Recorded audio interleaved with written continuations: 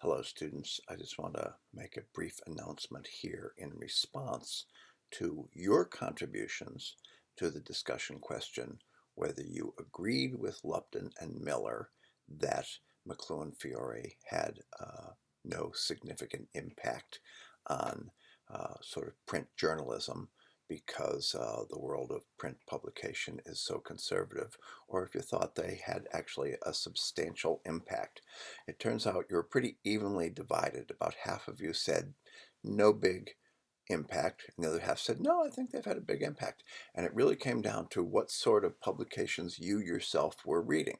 And so I don't read a lot of print publications, but one thing that I do read is I read the New York Times. And the New York Times is a pretty conservative, straightforward publication, except for its magazine. So this is the cover of the most recent New York Times magazine.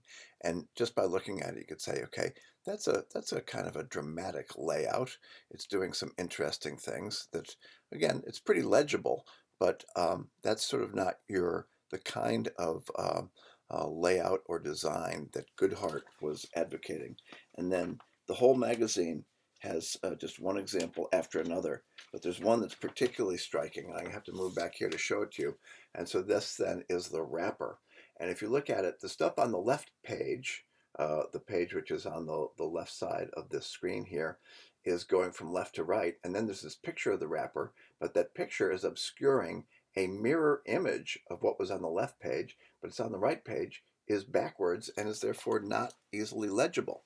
So my point here is that it seems that in avant-garde magazines, McLuhan and Fiore have had a significant impact. But for the most mainstream, a lot of publications, as someone mentioned, it's a business, and they're in the business of getting your attention and then directing your attention to something that you want to be able to understand what it is you're looking at and get to the point quickly.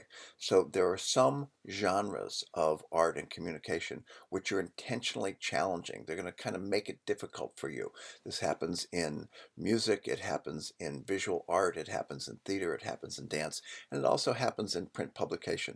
And so those of you who said McLuhan Fiore had little impact, you are by and large probably looking at publications in which there is not a big impact, because that publication is in the business of getting your attention, rewarding you for looking at it, and giving you the information you wanted with these.